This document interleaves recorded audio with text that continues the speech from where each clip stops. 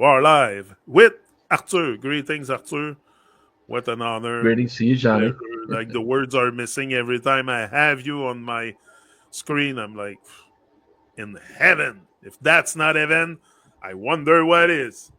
But I have other stuff that I can describe heavenly too. But you are one of the heaven Well, treasure mate, or I'm heaven flying. gem of this earth. Yeah. I'm flying on the waves of your heart space, mate. Your intentions, and I just flow within it. It's like a wave, catching a wave and going in with you. And That's it. I enjoy. Yeah, we're not about being professionally polished and all that. It's just sharing insights for those who Yeah. are studious enough and want to put the time in and and contemplate and use scrutiny and stop these video podcasts. Because there is a lot being said. It's quite a big picture condensed. Oh, it's So big. for those Big. and for those who feel that intuitive calling, it'll be like unloading a zip files of many zip files of things, and each one, and we'll come to it in our different ways. I go back and listen as well because they are zip files for me as well. Because I'm not channeling anything. I don't channel, but it's like a tapping in and feeling things and that wisdom and all that, all the other things that are that speed of thought and scrutiny and all that, and knowing the difference between fiction and non-fiction or life. It helps No, me to and come up with it.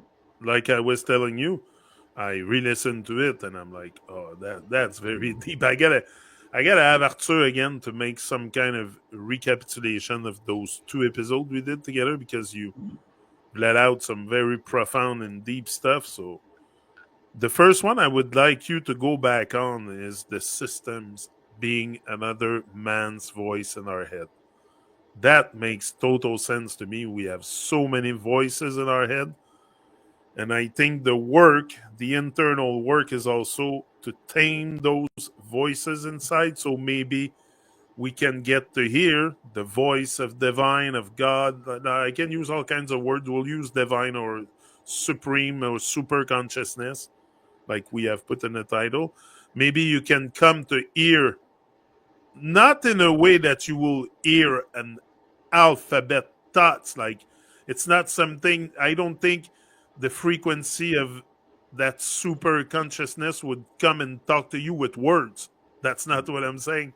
But it can communicate with you to guide you in life. And if you look, like, you got to do your part also, you have to observe what's going on around you. You have to observe life.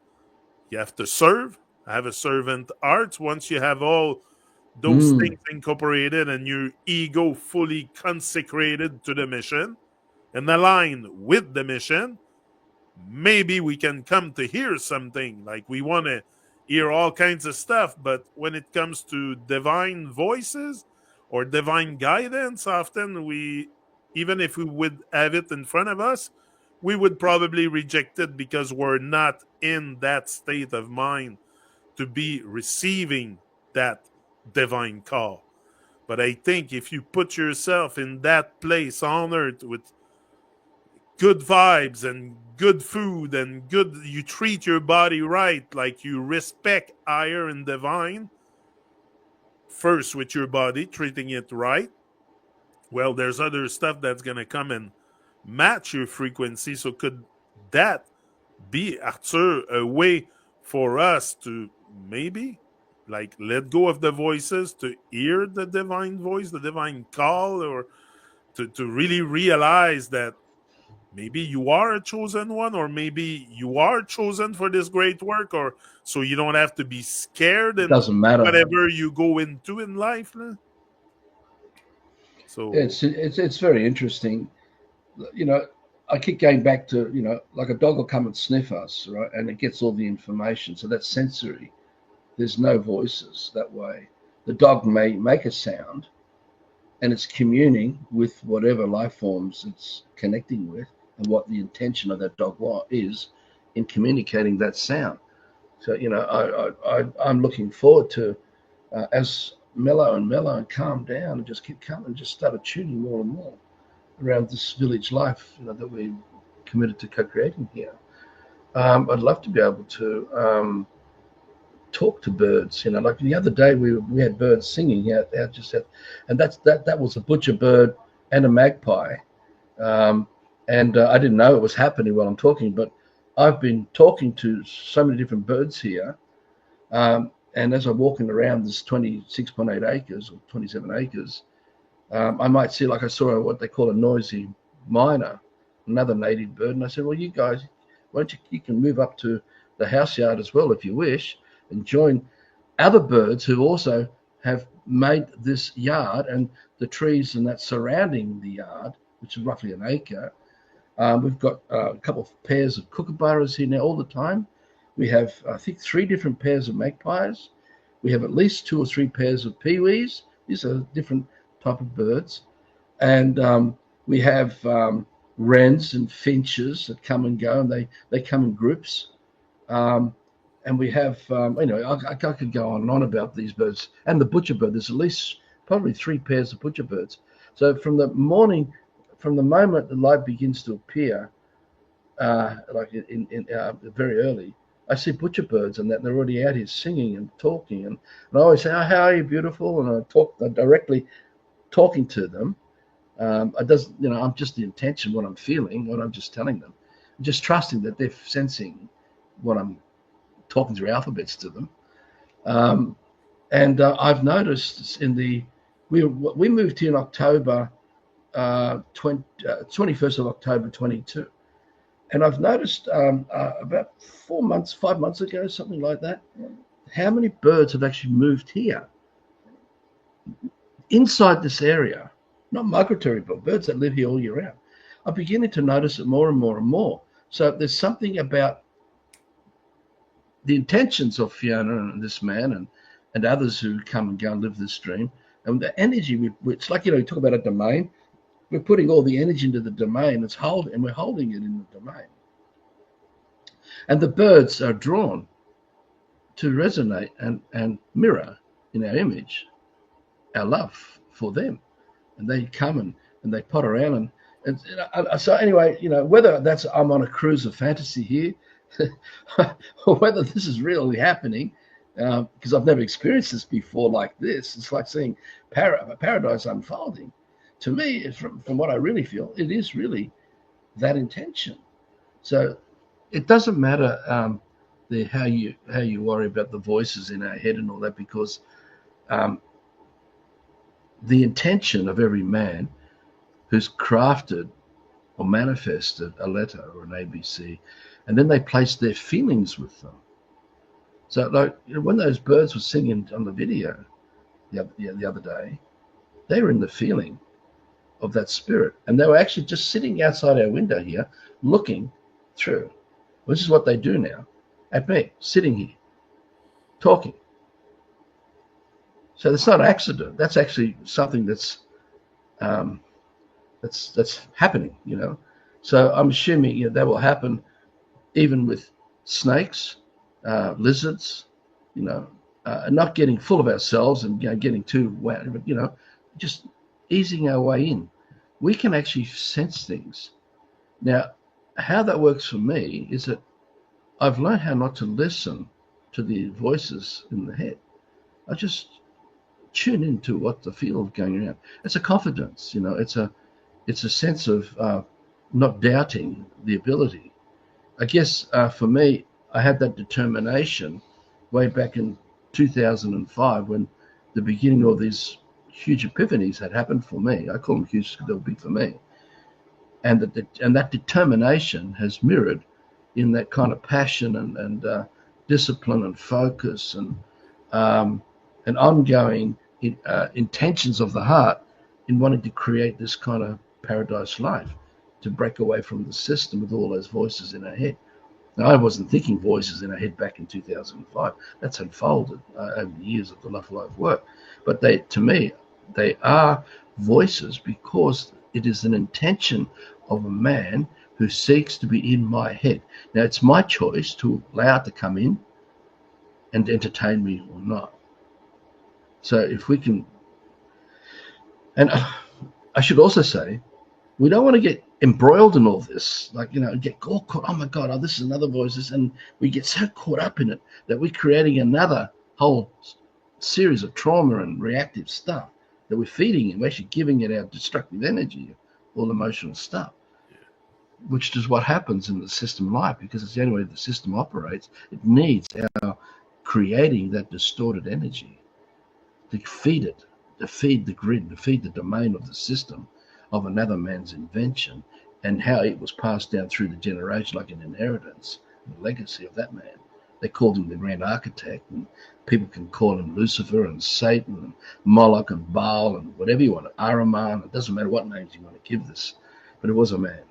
It was not something coming from some script telling us it was a fallen angel or some other thing like that.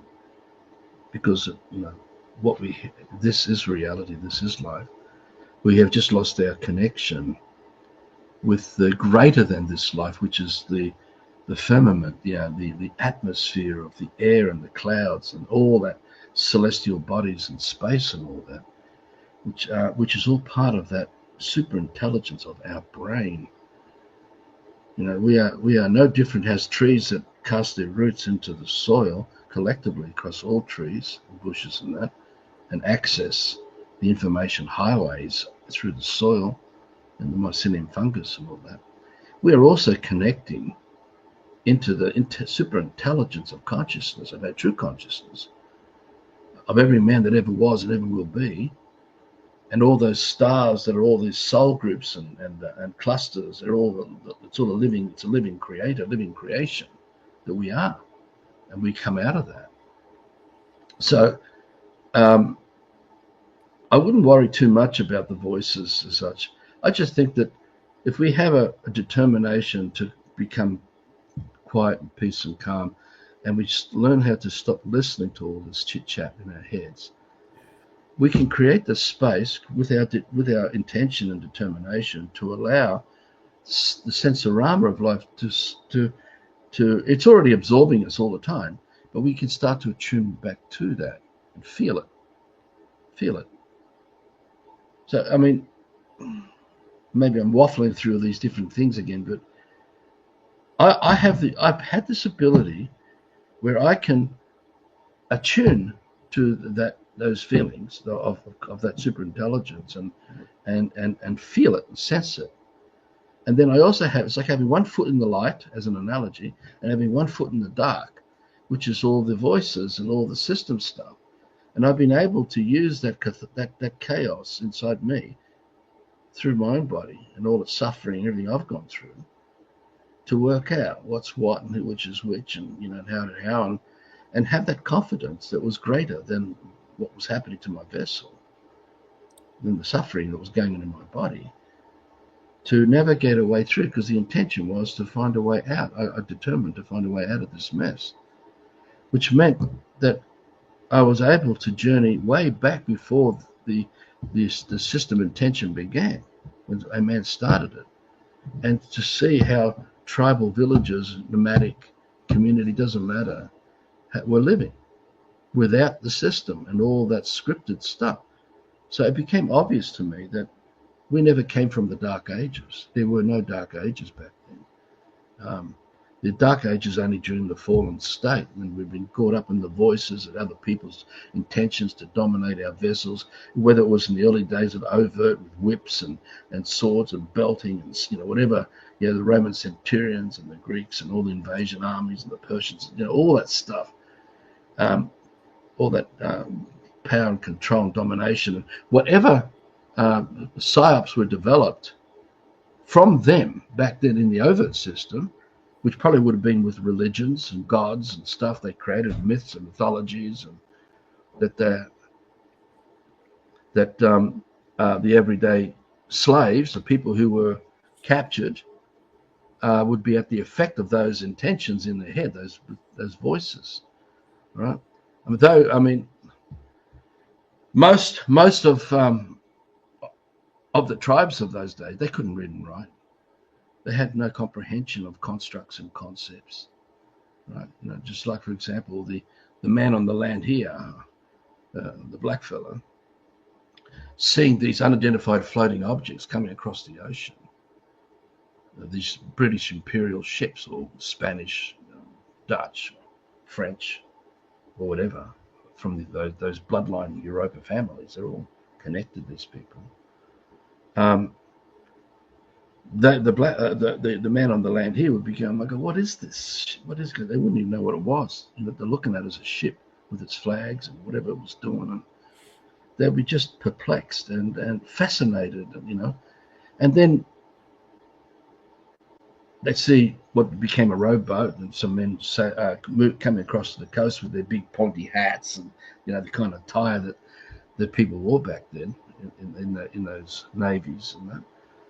And in an attempt to communicate, they'd be talking in either Hebrew or Greek or Latin, or evolution into French or whatever else, or old English, back, which started roughly 9th century, 10th century, in their recorded history. That would all be gobbledygook to the man on the land as they was talking. I use the Aussie thing. Oh, g'day, I'm Admiral Bligh, and I'm from the British Empire. We have the Westminster system, and we come to conduct Medicare. We want to find out whether we can introduce Medicare here, and whatever. You could just come up, and everything would be just going right over their heads. It would be just going right over their heads. It'd be gobbledygook martial talk to them. Everything, the clothes they wear, what they're sailed in, everything, and so. In that way, you can already work out what's what, because the man on the land was Aussie in a sensory reality, didn't have alphabet tongues. They had their natural ways of sounds and arts and crafts and other facial gestures and hand and body gestures, whatever, that was communicating those intentions, which are not voices in the head to those in their tribe. They were just like dogs singing, talking to each other across the wilderness, or they're walking around as a pack. I'm just gonna stop you a bit because I like that you're going back on that topic. Now you're talking about sounds, and the birds make sounds. I do like you. Often I will sit in the backyard and make the sound of the red cardinal, which is quite easy to mimic. And not only that, we can mimic any animal sound. I can speak to any animal on earth. That's something only us human can do. You will never see a lion starting to meow or starting to make the sound of a giraffe, or a lion makes a lion noise. Us, we can make so many sounds coming out of our mouth. It's Yeah, crazy. And that's, I think, a direct proof to me of that super consciousness, yeah, intelligence that we are, is that we can communicate with anything on earth, even the trees. You will not talk to them, but with your intention, you can manifest something and talk to them. So, do you agree that this state of being, that we have the capability to communicate with everything on earth, is somewhat a proof of that? yeah. No, it's good. I mean, the super intelligence of all of life is a constant communication between life forms. It's just that communication is never ending. And when we tap back into that, because that's where we were too, pre all this invasion stuff that led to the system with its alphabets and all that. I would say that we have all that ability that you touched on naturally. But geez, it's a journey to have to unravel from all of this brainwashing and stuff we've been put through for so long. So it doesn't have to be a journey. It just means, God, I recognize that and have this determination to say, okay, I'm going to let go and start feeling. And just start trying to learn to feel again, trying to sense things. Because you will notice the difference. Each of us will be different. I mean, we may be stronger in visual imagery, which is communicated through the superintelligence, or it could be sound, which is communicated through the superintelligence. We could be stronger with the sound than with the image. We could have smell, which is communicated through the whole of the superintelligence, right? So all the sensory experiences is a constant. Each of us will be different. in what, like having switches in our brain. We can turn switches on and off. Which ones work? To us to learn to undo the listening to all the voices and their impact. It'll be unique to each of us. I guess the great thing about all this is that through listening to these kind of videos, some people will, because they're searching and they're dreaming for it, they'll come to their unique way of how they want to approach this unnatural phenomena that we've been caught up in, and how to begin to undo our role playing in it. So we're not mimicking anymore the predetermination of all those in our head who want us to perform what they want us to be.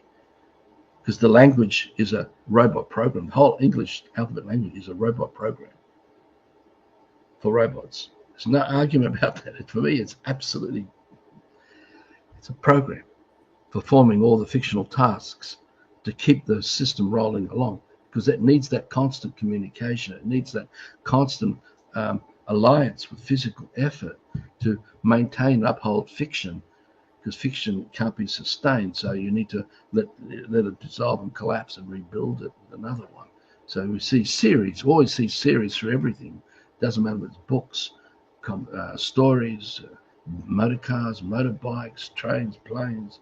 We're going through series of evolutionary things, chop change, because you can't. It's unsustainable.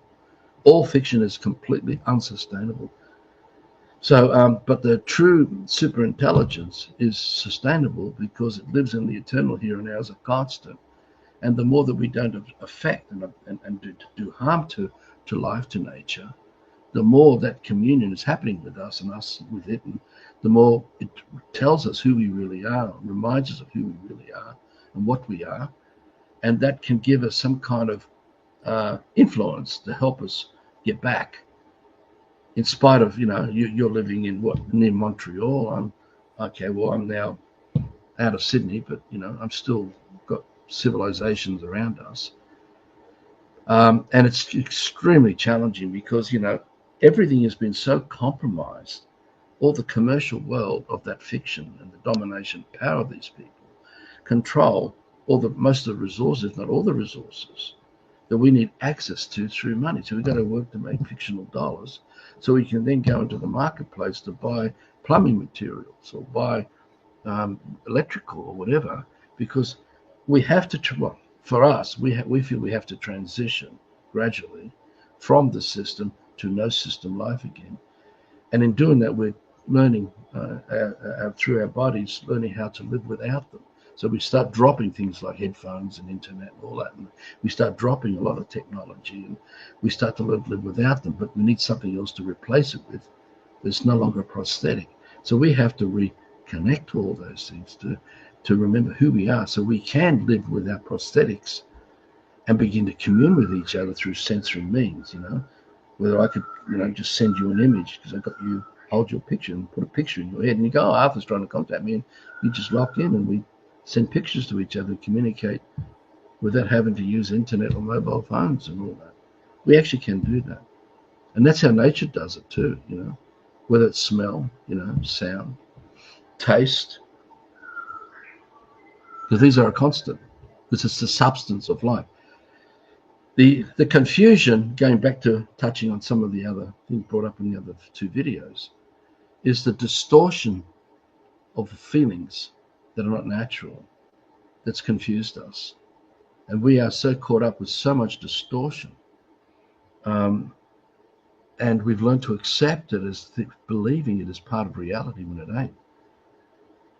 And not at all. So just watching these videos is not going to be enough, to help one work out the difference between the voices and the intuitive sensory direct experience that we naturally are. That direct sensory experience is a constant. That communication with the superintelligent is a constant. We have never left it. Life itself has never been left behind by us. It is the fantasy and the illusion and delusion of accepting the distorted feelings of fiction and giving more and more energy to fiction to construct this other world, this mirage of fantasy that requires destruction to life to manifest the physical material forms of fiction and to live amongst it. And then we need a slave force to maintain what is unsustainable. You cannot sustain anything to do with civilization. It's impossible to sustain it. It's unsustainable because it relies on life. But life has an original purpose. So every living thing will pull back to the original purpose if we stop tampering with life.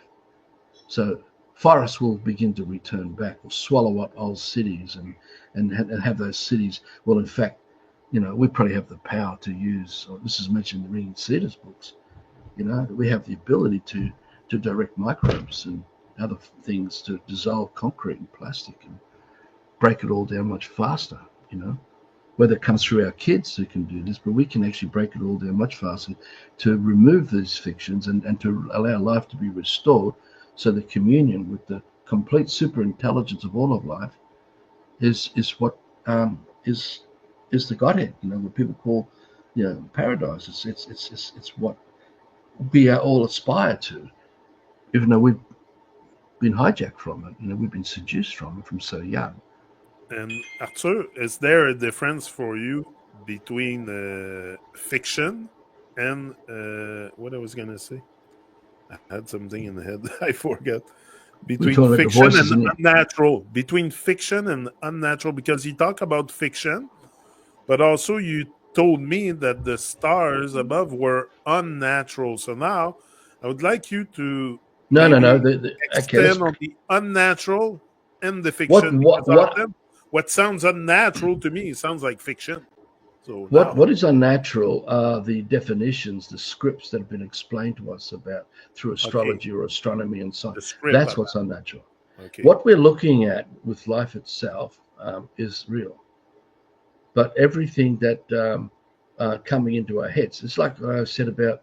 Maybe I didn't mention in these videos, but in others. But it's like you can raise a child to go through all the stages of inculcation and brainwashing, who eventually ends up, from kindergarten, primary school, all the way through to high school and then into college or university, with the intention to have degrees that rely on microscopes and telescopes.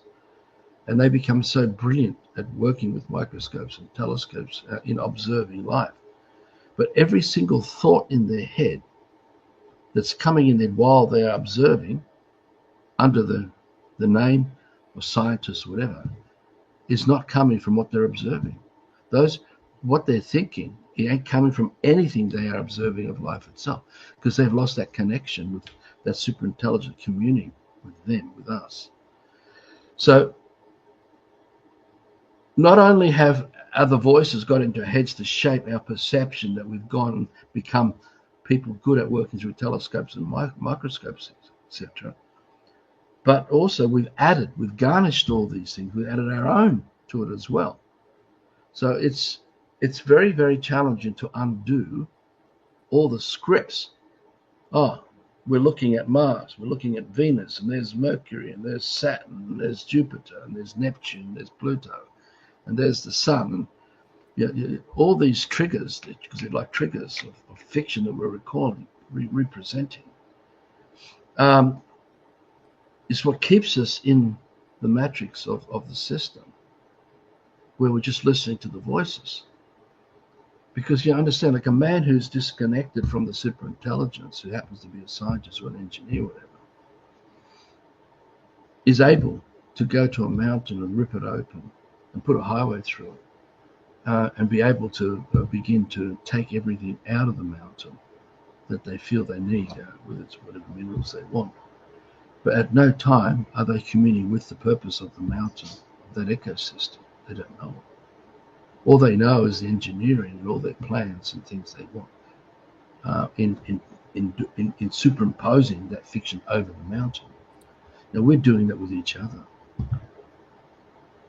We are constantly superimposing all kinds of impressions that are fiction.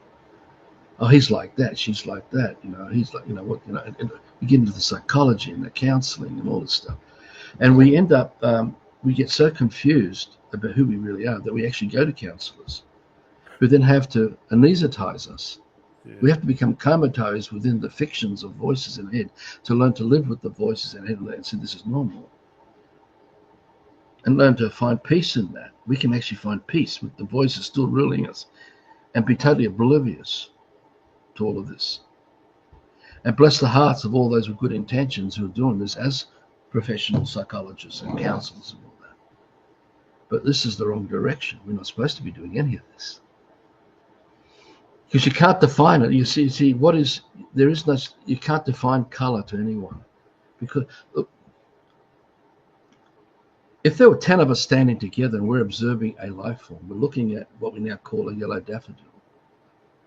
Each one of us is having a direct sensory experience with the life form.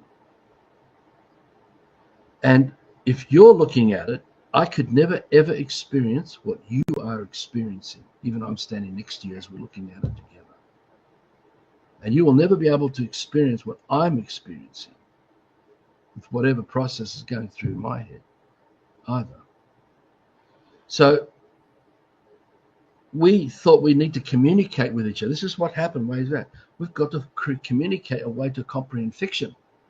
So we're taught ABC 1, 2, 3. We're taught about colors, and we're taught about shapes and forms and going through geometry and all these things. But it's not coming from the life form. This includes quantum physics, which does not come from the life forms. It comes from the scripts put in our heads by others. They are voices in our head. So we can't actually sense the communion of the superintelligence of that life form, we now call it daffodil's yellow, sharing all its information with us in the here and now. Now that life form can change and change and change and change instant by instant as well, just like we can change instant by instant. So if we're stuck in scripts and think yellow, daffodil, and just keep recalling the scripts and the scientific reasons for it, we're shut off. Same as the young boy who grew up looking through a telescope and or binoculars or microscopes, can't sense the true living information of the superintelligence already communing with this man, or those of us who've come through university and come out of it. It is a complete severing of the waves of life. And we're now so deeply, you and I are doing it right now and talking, or I'm talking, we're talking fiction. How much, if you go back to the blackfellow on the land with the, Captain Bligh talking to him gobbledygook on the shores, what did it take to have a man on the land comprehend Hebrew or Greek or Latin and all the constructs and concepts that are derived from them?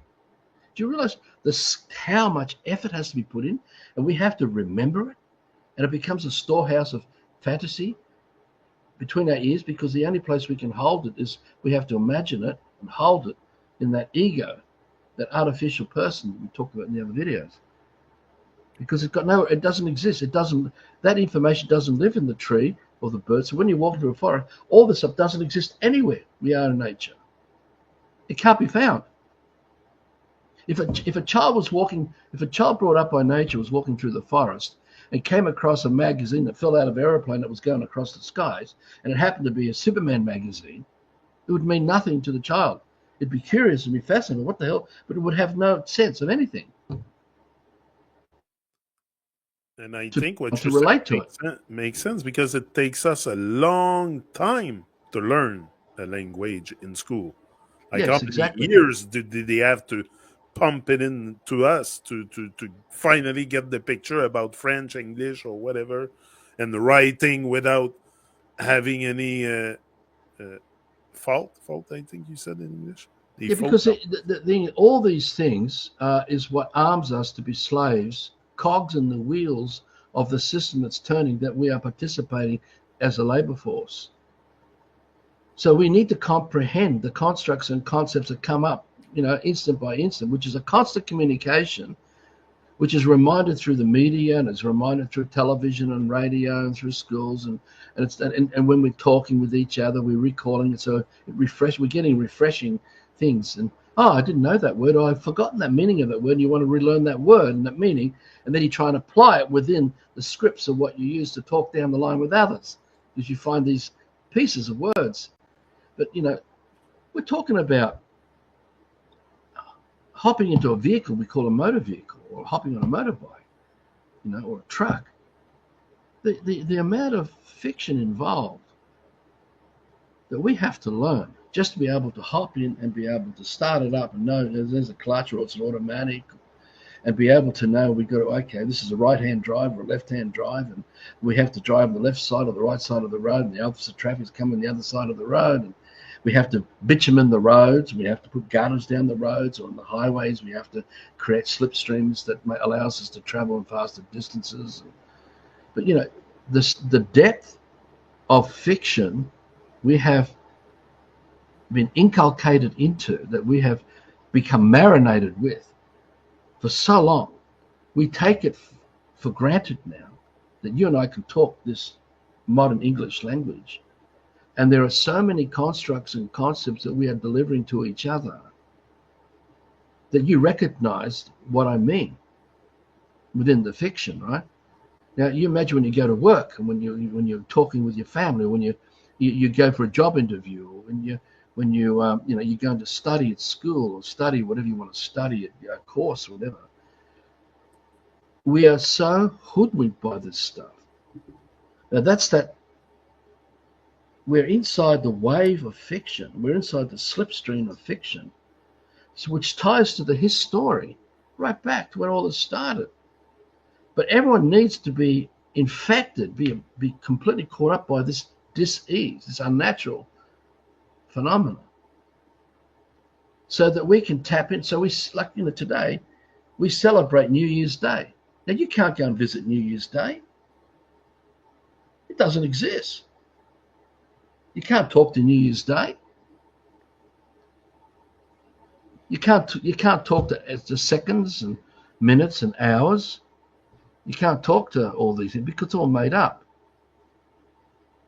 We've just been conditioned to place the fiction and superimpose it over what we call life, the sun rising, the sun setting. So we create that and break it down into hours and minutes and that the earth is turning and going around the sun, and so we get the 365 days, and we get the leap year along the way every 4 years, wherever it is, and we get we are so immersed in this fiction that it's a constant that we have to put it out there. Everyone else putting it out there, so it's there for us to tap into. Like when you shift from, for example, if I was to go from Australia to another country that does not know English at all, it's pretty hard now because everywhere is English is the first language now, basically. But let's imagine you just go to China, for example. I can't talk to them about all these constructs and concepts. I can try and give them an impression. They'll have to sense what my intentions are, what I'm saying with my hands, and trying to explain. I need to eat. Yeah. I need food. Yeah. So all the English will just go right over their heads, but vice versa. All their Chinese will go right over their heads. When you try and read it, you can't even read it. You don't even know what's going on. So there's a lot of conditioning going on to keep us trapped in the slipstream of the fiction, where all the his story that we've accumulated between the years that we live out of that fake ego, that personality, is the constructs and concepts of fiction, of the life we live in the system of fiction. But it also taps into not just you do it, I do it, all my kids will do it because I've trained my kids that way. All our families are doing it, and everywhere we go, they're all tapping into the history that ties into the libraries and into all the rule of law and all their libraries, and ties into the religions and all their holy books, and it ties into all that his story going right back. And we're all inside that wave of fiction that we still have never been able to break out of, that tube ride. We're still in it. And we think it's normal. We're not meant to be the engineer or the scientist going to the mountain and ripping it all open and carving it all up. Because the consequence of that is already now what we call global warming, all the other things that we're causing to life. Now, it's not global warming. It's a consequence of the distortions that we have created and uphold. And that you see, that life is a substance. There's no beginning or end to the substance. We can't get outside of it. Wherever we go, we're still in the substance of life. That's what we call air, substance. Water is air. Celestial space is substance. The celestial bodies is substance. The whole of Earth, nature is all substance. We're constantly in the immersement of substance. It's always evident to us. We have never ever been anywhere where we're not in the substance of all of man that ever was, never will be. We're always in the substance of life. And that substance has the super intelligence that keeps it all working that we're meant to be growing up in. So we communicate through it. We use all our senses to live with it. We create our dreams with it. We create all our unique lives with it, all that. But we never harm it. We never distort it, and we never do pass on any distortion to our children or to our descendants anyway. But in the system, we have the same constant distorted feelings, which is just distorted substance. The substance of life is still in everything of fiction. We've just removed the original purpose from a life form and turned it into steel. Well, we're doing it with insects now to make artificial food. We're eating the voice in the head of another man's intention to create that. We're actually not really communing with the insects as we're eating these insect burgers. We're not communing with any of that. We're not getting that even. Well, we can, if you're like a PETA and you want to protect animals, you can have a sense of the horror of what we're doing to animals. We want to stop all the cruelty. And that's why people become vegan, because they don't want to support the harm to life, to animals. And that's another subject to get into, because the real power of food is in the mycelium fungus network, where we're supposed to grow food in the mycelium network. And all the roots of all the plants, we tap into that humic, in the humus, because we're growing the food mostly in the humus. The colloidal minerals, all the minerals in a liquid, are absorbed by the roots of the plants tapping into the mycelium network. And whatever a plant needs, another plant will deliver, will send it through the mycelium network. So the whole ecosystem can be inside a raised garden bed closed. You can create an ecosystem in that if you know what you're doing and how to set that up. And then you can also look at it as a forest, that ecosystem. So everything that's tapping into the forest is connected through the mycelium networks that are underneath everything if we don't interfere and dig it all up and wreck it. So the purity of all of life is being communicated through all the plants that are tapped into the network. And so everything is maintained in optimum and raised up. So when we as children go into a forest like that and we pick an apple, we're eating the whole forest. We're not eating an apple.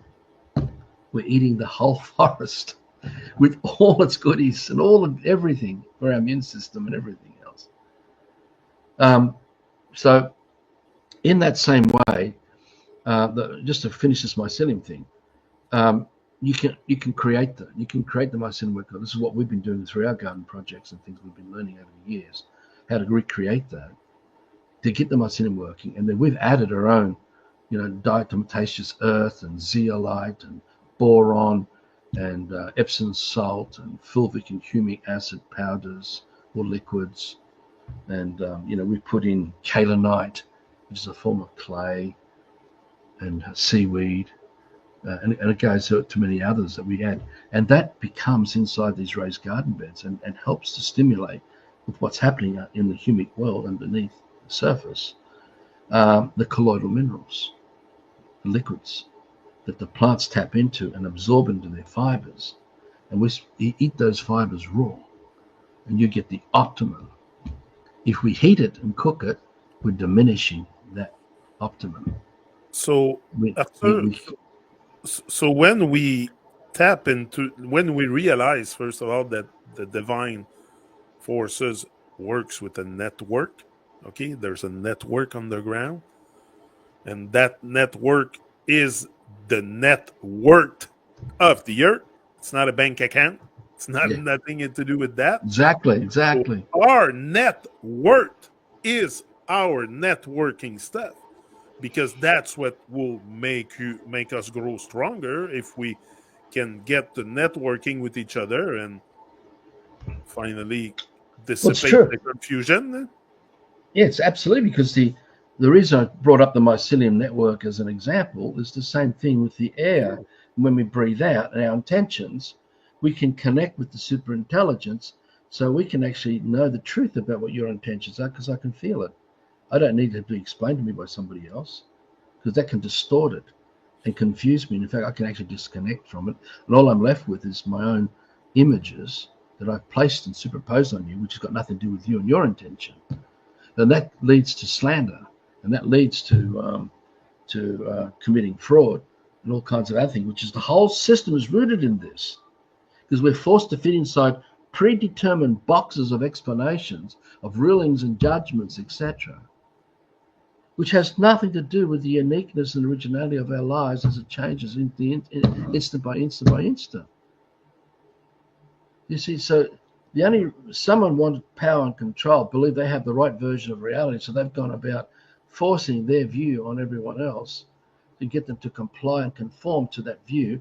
And then as that's evolved into the languages we're now talking, because we're inside the box of the view, they wanted us to believe it was yellow and there was a daffodil, and it became botany, and it became botanical books, and all recorded all the books. And then that's just one little stream. There's thousands and thousands of these streams that are explaining life to us. But all of it is not real, because it's not your dream. It is not your real life. And that's the key to all the Love for Life work, as to how you know the difference between fiction and life. Because we are when we listen to the voices, we're actually in the dream of another man, or of many of men who added to the cult of that collective modality, So if 10 of us are standing together looking at a life form, the experience that you have is your dream that you're creating in that moment, and that needs to be respected and treasured and never harmed. We should never come inside you and try to alter you, to make you, force you to the will of others and tell you it's yellow, it's a daffodil, and give you a script that goes with it, and it can go to more and more scripts about that life form. You see, the thing is that if you explain to me, or if I explain to you the experience I'm having, you will still never be able to experience what I'm experiencing. We're left with only imagining. We're left with only imagining what you are experiencing. We may pretend to say, oh, no, I'm in the experience. I know. We don't. Because the uniqueness, the originality of your life is always unique and original. It'll never, ever change if you protect the domain of your real life. You're like that ball of life, like an aura, and you don't let anything else penetrate inside that to put distorted feelings into you. So you are living in those artificial feelings that are dominating your perception and ruling your direction and action, because that's what the robot does through English. It makes, I've got to move the foot this way now, I've got to move the arm this way, and I've got to use the fingers this way, and I've got to do that, and I've got to pick that up, I've got to do that with this and that, and then I've got to turn that into this and that, and this becomes the machine and all the robotic actions. And each of us is doing it. And we're inside boxes defined to us by others, and we're actually not in our dream, because we've forgotten our real dream. Now, that includes government and politics and elections and spirituality and God and conscience. All these things are part of this artificial stuff. It's not who we are, because they're not our dreams. We have not created them. We are not subjects to the authority of another man's determination of what is reality, what is truth. This has been one of the greatest lies I've ever porkied everyone. It's just a big porky. It's a huge lie. The true power is to respect and honor the uniqueness of life in the here and now, across eternity. And we just are that. And we create children, and they are that too. But we don't turn them into a model of what we think our child should be. This leads to the Samarama stuff I brought up the other day. And what all that, and how told what is a woman, how the woman should look, and And as we are children coming out of the womb of a woman, we're already being got at. We're getting got at because the woman thinks she's doing the right thing. And we as the men are also supporting because we all think we're doing the right thing, not realizing we're actually remodeling our children so they don't And have their unique dreams. We what deny them. what you say makes a lot of sense to me, because if you tell me that the flower is yellow, it's only true in the English language. Go tell that to a Chinese that the Mm. flower is yellow that doesn't speak English. He will say, "Ah, ah, well, it's like he's gonna be like finding you. What the fuck you saying?" Because he doesn't understand the language. So if I understand French and English, all the definitions that come with French and English are in my head. Now, what's the point to learn 9 languages? Like, is it just to fill your head even more? Because there is people like that tend to believe or wants to acquire many, many languages in a lifetime. We have many aspirations, Jean. We have many dreams. We will rely on the fiction to place what we feel we need to be doing. I need to go and learn the 9 languages because there will be reasons behind it. Sometimes because I just love languages, and they love. My wife loves languages. She's very good with languages, and she taught English as a second language to migrants, and Spanish, and things like that. So we all have different attributes, but with the confusion is we think we're doing the right thing. In the end, big picture said and done. When we step right back and look at the whole of all of man on earth, everyone who's trying to get inside another man's life to define it for them is part of the corruption of the distorted feelings where we are forgetting the superintelligence, our true connection with life itself. And that whether it's all the doubt and the fear and the distrust and the complacency and the apathy and the denial and everything else that comes with it, because that's what is behind the motivation of system life. You see, the whole of system life is all rooted in going for things that you believe you don't have. You go for what you don't have. You work towards what you don't have. Why do you have to wake up and go to bed through fiction to earn money so you can have a retirement with a house on land? And you have to work 20, 30, 40 years because you really believe you don't have it here and now. And you have to work towards it to have it. Now, that's the same with happiness, love, friendship, communication. We really believe we don't have it. So we go working towards doing what we can to get it. So we play that out with each other. The horror of this is all the wars, is all the chaos, is all the disruption, all the domestic arguments and fights. Everything of it because people want something from somebody else when they themselves should already have it. Because if you already got it all, you don't need it from someone else. And when you don't need something from someone else because you got it all, you're a peaceful man. You're a man of peace. You're not a parasite. Now, this is critical because behind wanting to learn 9 languages or wanting to become an engineer or a scientist, wanting to just to make some money and just get by, is because there are so many other areas of your life you believe you don't have because we were got at from so young. We have already got everything built in. Everything we need is already built in. And when we're brought up by nature, all the stimulation evokes all the aspiration, the natural curiosities and things that we are, each of us. And that is what expands that superintelligence as we're accessing through the waves of superintelligence that we're inside, as we're going through the forest or we're out in the water and we're swimming with dolphins or whatever. We already have it all. We don't need to go to a doctor. That's already built in if we had allowed it to come out naturally in the here and now, in the instant moment as it's required, because a life form would have delivered that information to us and we would have gone and eaten it, that fruit or whatever, or herb, whatever. We don't have to go into the storehouse of all that daffodil is yellow to work out what we need and then go and see a naturopath or an osteopath or a chiropractor or herbalist or someone who's going to be a Frankenstein and they're going to chop you open and cut out and start moving organs around and cutting pieces out of your body and all that. Because this is all distorted feelings. This is all that super intelligence being corrupted. So all of us are living in a life where we don't believe we have it. So we give our life over to other people.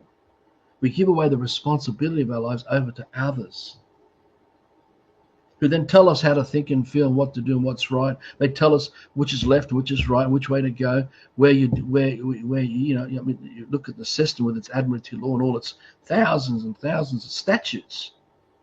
Every moment, right now, every moment, you and I are breaking a law. Oh, it's not a law, but we're breaking a statute ruling. Every moment. There's that many of them. But they're all fiction. And yet, most of us abide by them because we're the robot machines in the system who have to be perpetually laboring.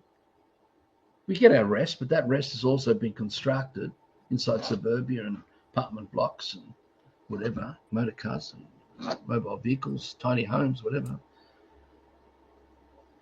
so that we can continue accessing electricity and supply electricity or mobile telephone communication, digital, whatever, to both ways, satellite communication.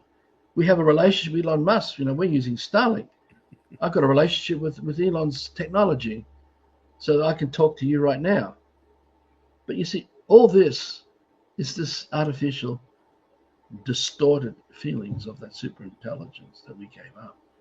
Because I want to talk to Johnny. I want to reach other people. So I've got to reach all the prosthetics so I can communicate to you through the internet. So, do you think a shift will happen eventually where we live in super consciousness as a whole? That we're all aligned My, towards Iron Divine and doing you the know, my work, views are, serving? my, my views are as this: we live and die by our own sword. We have free will. Each of us has truly got free will. What we create is what it's like. What we're thinking, what we are focusing, what we're feeling, is a paver we lay down before us that we then walk upon. And we're always going down the yellow brick road of our own invention through fiction. So we will arrive at the outcome. Now, people who love fiction are saying, they're not even conscious of this, but they are saying they don't love life. They love fiction. They want fiction more. And the more we engross in fiction, the more we create the outcome, which means we don't want to be part of life anymore. We want to be part of fiction. And if we die like that, it truly is a separation of the ways, and we're gone forever because we don't know we don't have, not created anything that was real to connect us with and carry on with that free will. And with that free will gone, when that body is deceased, you haven't got it anymore to be able. So basically, you can then be harvested because you're so lost in the nebula of the occultic world, of the fantasies of these people who are pariahing on you and me and everyone else that oversee the system, with its governance and rule of law and all the other things that makes up system life. People are always answerable to someone else because they gave it up. They need a judge because they gave it up. They need the doctor because they gave it up. It's all built in. But to overcome all the doubt and the uncertainty and the distrust and the confusion and the fear and all that is what this beginning of this conversation started with. How do you know the difference between which is which? So you've got to know your real dreams. You've got to know who you really are. You have to have a domain where you're already putting life into it, and that the good heart and all its virtues is what feeds it. And if that's strong, it will help us to counter a lot of the persuasion and seduction of fiction, because we will regularly want to go away and track through mountains and go out and live in nature, or we go move to a home, create a home amongst it all, to give us more of life, to counter this fiction that's trying to seduce the domain of our life and take more of it. Now look, right now,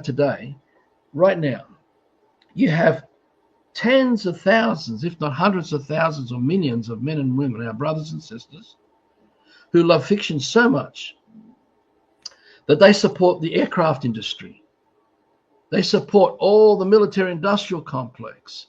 They support all the technologies so that we are constantly being sprayed by chemical trails in the sky, and that we're constantly being hammered by HAARP and all its frequencies of distortion, because they are corrupting our brain, because the whole of the firmament is our brain. It's where our real consciousness is. And they're in there corrupting it.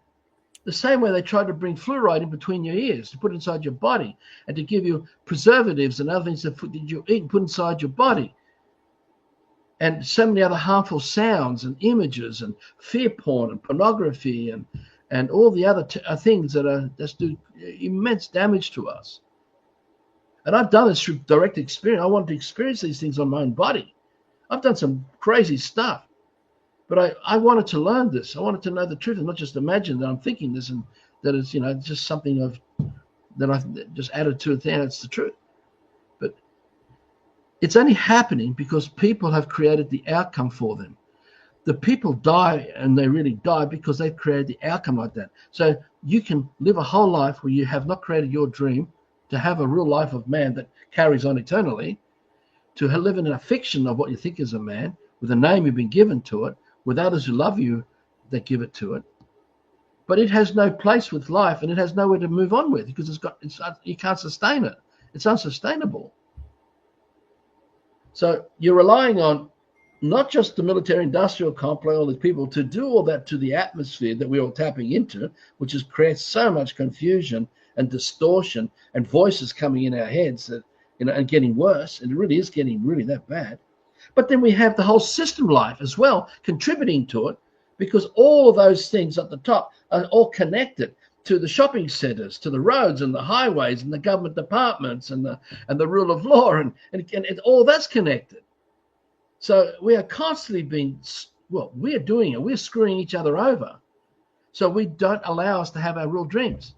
And we're running around thinking we have our real dreams when we don't. And if you don't create your real dream, which you can only do through senses, you got nothing. And we die like this. So from my perception, billions are dying like this, soulless. They don't have a life. They may think they do. They may imagine they do. They believe they may be talking to the other side. It's all this demonic stuff. It's all fiction. It's all fiction. It all connects back to that reincarnation question from the other day. And the white light and all that stuff. Watch out, because all that's bullshit.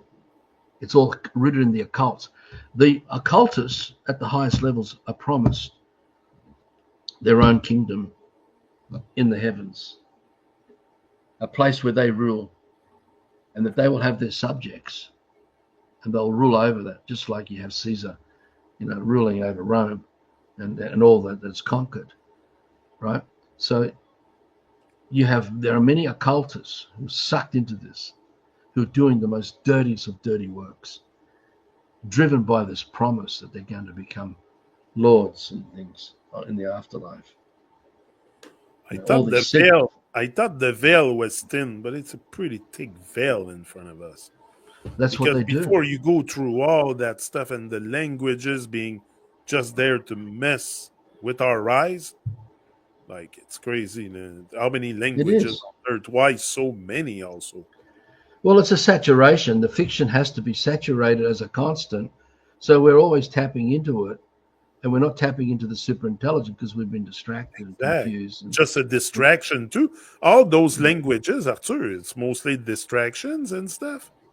Yeah, and it feeds, and the ego that we carry, that storehouse of his story that was exposed to all the fiction, is all that we have. So if you got called to court, you bring that before you. You don't bring the man into the court. You bring the fiction into the court.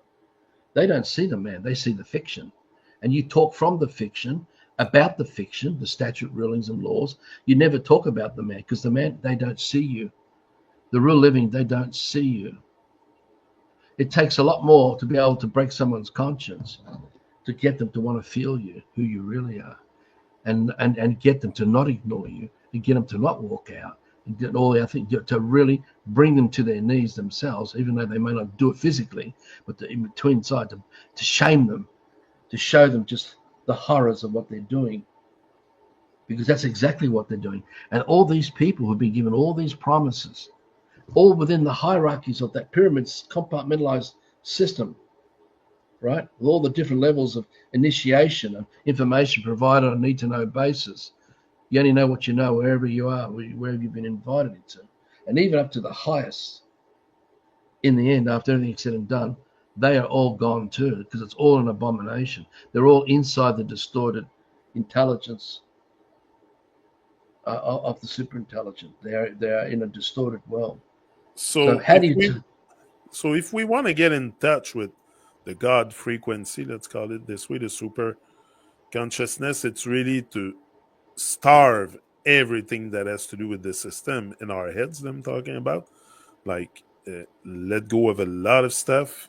Maybe it's outside the language that we can maybe more with intention, but your intentions are also matched with words. Like, when I have an intention to be good, oh, I'm being good.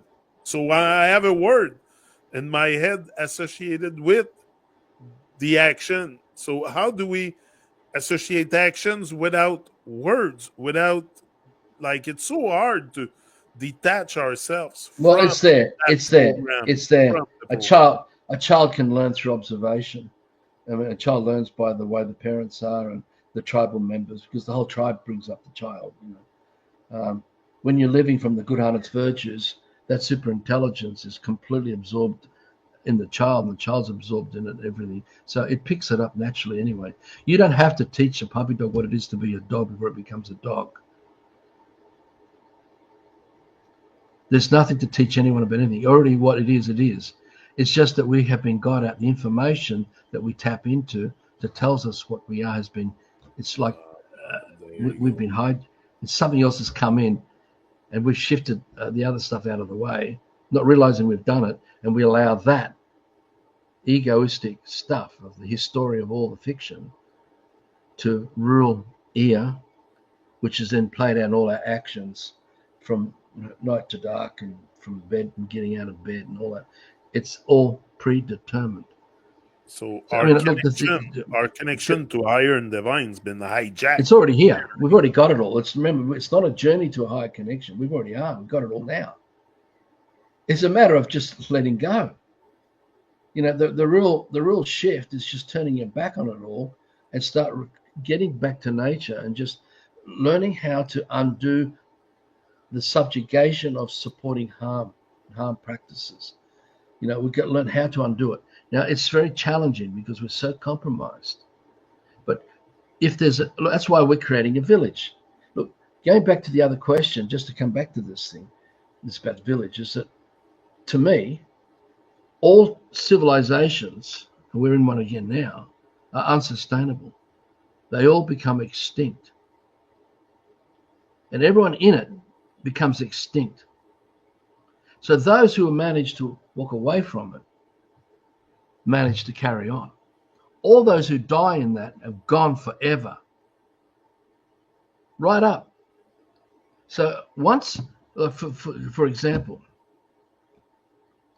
once enough of us are no longer having photos to remember, no longer having names to remember, no longer having buildings and all other fiction to remind us, the system goes away.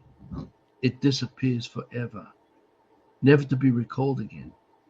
And maybe the collective growth of that wisdom will be already naturally in the children, never to go down those roads either again of dabbling in the fantasy of fiction through curiosity, and then from that developing narcissism. Because we get so absorbed and we think, oh, this is the right view, which is what I think is what happened when man started to fall. I think one man did this And in a tribe. the first one we can observe a lot is the teachers in schools. Now, I'm not judging anyone, but if you teach in school, you're literally under that big evil stuff against life, because Well, anyone has a TV at home, they're doing the same thing. yeah, Anyone's got media coming into their life, into the home, is doing it. Everyone who's walking out in the street, seeing billboards and all that, we're doing it. We're all complicit. The thing is that one of the major keys is to stop blaming everyone else for everything. to end this blame and start taking full responsibility and start changing what we can do here and now. And be seen, in this case with this man, I have a bigger picture of the kingdom dream, the village dream. I can see how people can walk away from all the fiction and drop it all, but gradually. We don't want to start up more fires while we're already caught at one big fire we're all trying to put out.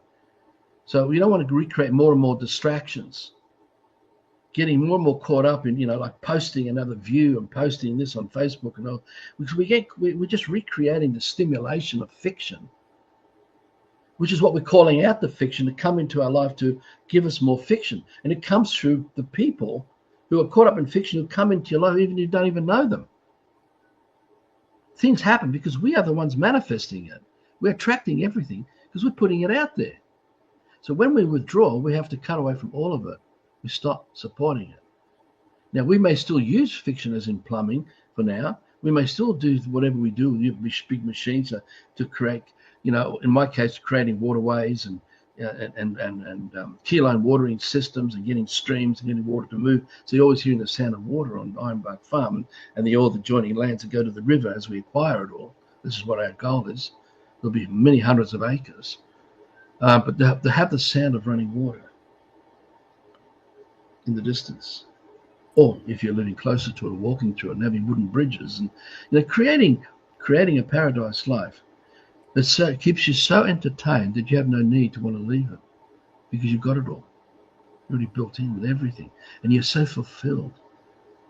Being fulfilled, going on the Kontiki tour ships, and traveling around the world, with package tours is not a real fulfillment.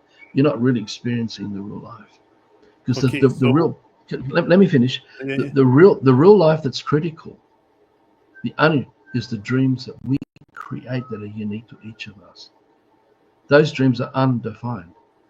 That's where it all. The power, where we reconnect to where we disconnected from, and where we expand it as we let the system fade away into the background, not longer influencing in our heads. Now, how I did it, obviously, I had the ability to. Those voices are still coming out of my head, but I just learned how not to listen to them and started tuning more and more to the feelings, the sensory stuff. And that's where and then from that, I used it to reflect. And all those 20 years of Love for Life insight work came from this contrasting between 1 foot in the dark, 1 foot in the light. Now, I did it, and it was very hard and very suffering, and I wouldn't wish on anyone else to do what I've done.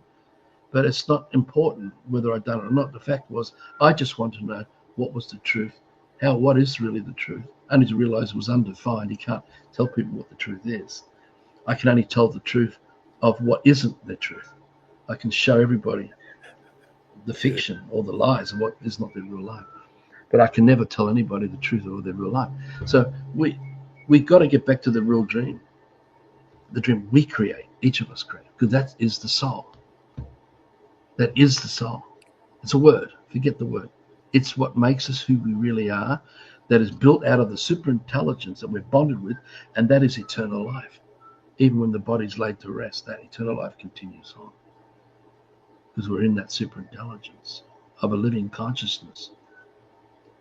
I have experienced in some of the epiphanies, one of the ones I had before me, I couldn't count all the souls. It was unnumbered of light as I was walking. There were it could be quadrillions, zillions, billions. It could be hundreds of thousands. I don't know. But they all burst into a song. And I knew from back in 2006 that every drop of water is a unique soul, not as an analogy.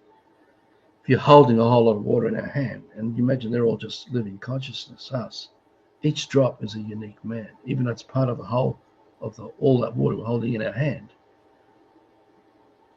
That uniqueness is there.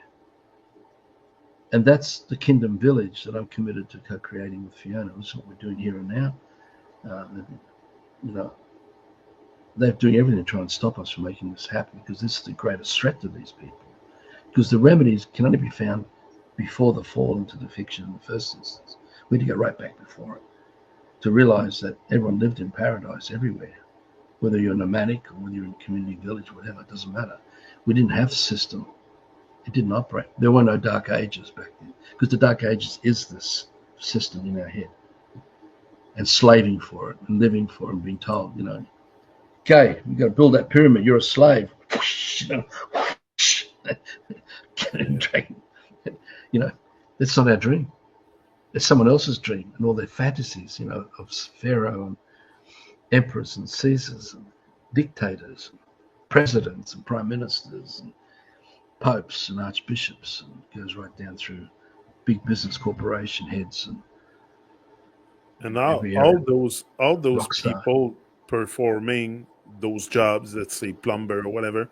I mentioned the teachers before, but because they are affecting the children they teach in school, and children are obligated here in Canada to go to school. So whether you do it at home or you do it in a public or private system, they will have to go through school. So can those people that perform so-called teaching to our children still do it being aware of the distortion, or it's absolutely necessary because that's what I think. You have to be under that spell, under that distortion stuff, and not know it to be able to do that job. Because we're not talking about a plumber plugging pipes together. That's another thing to me. You're not teaching children. But when you're teaching other beings, especially children, you're going to affect them on a great, great level all the time. So I if you think I bring think you fiction and stuff that is just from, you know what I'm saying? So yeah we got to be conscious that we're not bringing doubt, uncertainty, distrust, confusion into these awakenings that we have, as we realize just the scope of just how big this problem is and how far we all, deep in the rabbit warren we've gone into. We've got to, the only way we get out of it is that we cannot work with the dark side. We've got to ignore all that stuff.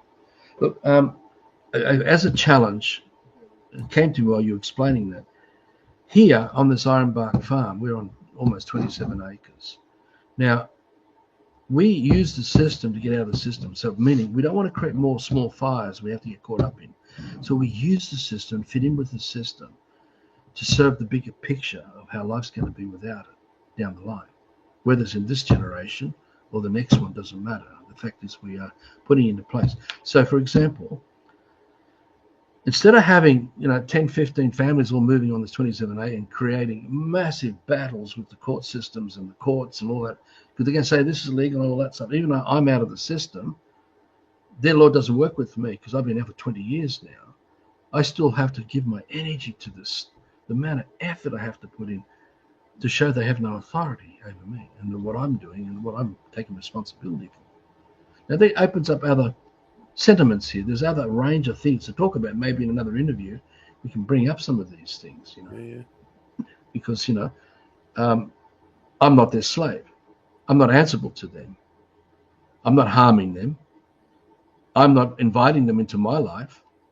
But for some reason they think they have to come into my life, and then I have to ask them, what, have you been injured? Have we committed a crime? Have I injured you? Have I done something to your family? What have I done to you in your private life? Anything. What have I done? Why are you in my private life? You see, so that opens up a whole lot of other things.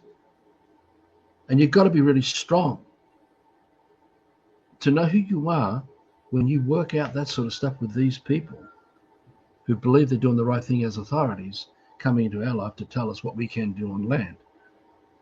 Right? So people are so used to crossing the line to enter into another man's life that it's normal. That's why we see people break into homes and all this stuff. Because in the old days, pre the invasion, no one ever entered into someone else's domain like that. No one ever got inside. So to avoid starting up more fires, one of the things that I've been doing, and I don't mind putting this on the public domain because it doesn't bother me, this sort of stuff, is that, well, we're about 600 meters from the river. And all the land between where we are and the river, we can acquire, give them whatever they want, make it so attractive they're willing to sell it and get out. Now, every piece of land can be broken down. You can subdivide all the pieces. Now, use the system, subdivide or break it all down. Now, here's the thing. For us here on this 27 acres, we can have 3 homes legally. We have the family home, we have the farmer's home, and then we have the well, you can call it a cottage, you can call it a studio suite, you can call it whatever you want. There are 3 basic things. So you can have 3 different types of people living and working on this land here legally. And because we can use environmental means of research and study and development, we can bring in more people with tiny homes and stuff to participate in something that is important as a necessity for the greater picture, to come. Now, you've got to be smart how you do it. But in acquiring other land, breaking down, you can have another 3 homes and another 3 homes and another 3 homes and another. So suddenly you can have in the system, in their law, 30 families across the acreage, or 40 families, whatever. Okay, they're all going to be paying council rates. Now, the point is, it's not that we're going to be doing it all the time. We just need to get the community big and strong enough to stand on its own feet completely and be independent and not needing anything before we can unplug. But we've also, at the same time, we've got to show the wider community that it's been a great benefit having us living like this, because their children come and play with our children come and play with their children. All the abundance we create, we give away freely. We don't charge for it. It's all the food, all the resources and skill sets. And so we're actually infecting other people through the good heart Lord's virtues, quietly and peacefully, bit by bit, as we go about it. So we're actually absorbing whatever it is, 600 acres, and removing the whole thing, because I already am removed. I can remove it all and be, well, you can see me as a king if you want. I'm not a king, but I'll take the responsibility because I'm the highest power, because I'm above their law. Their law won't work with me. And yet I'm not a threat to them, and I'm doing any harm to anyone, and they can never prove they've got an interest in this land or that anyone is suffering with this land, right? So when we bought this land, we made sure that the previous person got all the money they wanted, so their matter is complete. And that the stamp duty was paid, all the other things were paid to make sure it's all complete. What I do with this from here, I'm the man on the land working on this land. I can prove that I live on this land, and this is my motherland. They can never come here and think that they have a greater standing. Sure, they can invade. They can create an act of war. They can come in and just kill us. But if we do this in a smart way and do it peacefully, we embrace everyone to the point where everybody in the wider community also want to break away, because we don't need the system. We don't need all these strangers coming into our life telling us how we should be living our lives when they don't know us. They don't know your private dreams, my private dream, my children's dream. They don't know all these aspirations. And we know how to deconstruct the world that they think they offer. Because I was asked this question by a judge in the Supreme Court way back in about 2003 or something, 4, can't remember now. He said, have you not benefited this fictional money? I was showing to them how this money doesn't exist. And he was saying to me, have you not benefited? As if they had given me something. And I have to point out to them, what did you give that doesn't exist? What is it that I can do on land where I don't need you for me to have what I do on the land anyway? And I'm not a threat to you and your family. I'm not going to have my kids looking over the fence of what you guys have got. Or would you like me to grow my children so they're all looking over the fence of what you got, so they will come and invade and rob and steal and create crimes and create problems for you guys because we were depriving us and our kids, and we can't take responsibility for it. They don't like hearing these kind of things, these people. They don't like this sort of stuff. But you've got to know what you're doing when you're dealing with something like this. So I'm happy to play the game, but I'm not interested in being, I have no interest in being remembered for this work. I don't want to be remembered. I just don't want to live this lifestyle anymore. It's a complete severing of everything to do with it.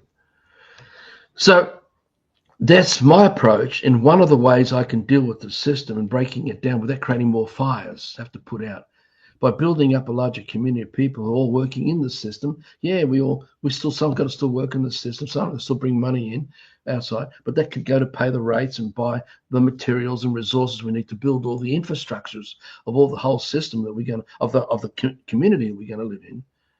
So the point that when there's enough of us living as a village where everyone's taking care of the village, so that the whole village can take care of everyone. And that is the remedy.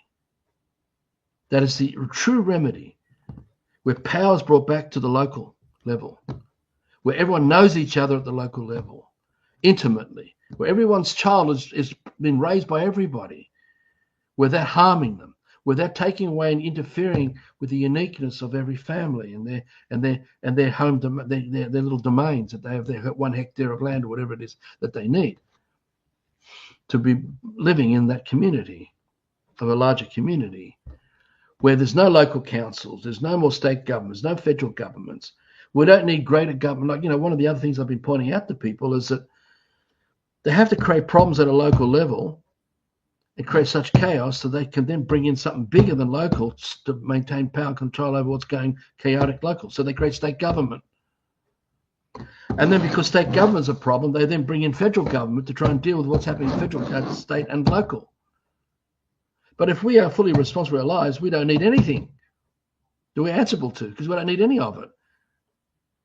If we're fully responsible for our actions, we are at the highest power, because everything is accountable. And then you can point out to these people what fictions, what authorities, whatever they have. Why do you think they're going to so much trouble with the vaccines, with all the things they've done, with all the things they're doing to these days through the chemical trails and HAARP and everything else, to distort everything, because they don't want us to wake up and remember who we really are and gather the forces naturally, where we did what the great man did a long time ago, where we turned what is now Palestine was green, made it all green again. And they had centurions fleeing Rome to be part of it. It's not what's written in the books. They twisted it so they could institutionalize, politicalize, culturalize, socialize, homogenize, pasteurize our history, our real history, try and distort it all. So you've got to remember that if you peel back the system like an onion ring, you find it's a man sitting on power.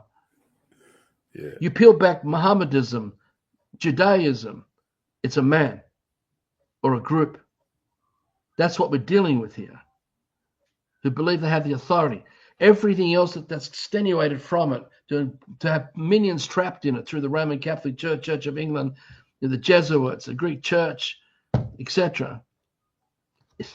Is the cleverness, is the brilliance of these people and how to suck everyone else into it.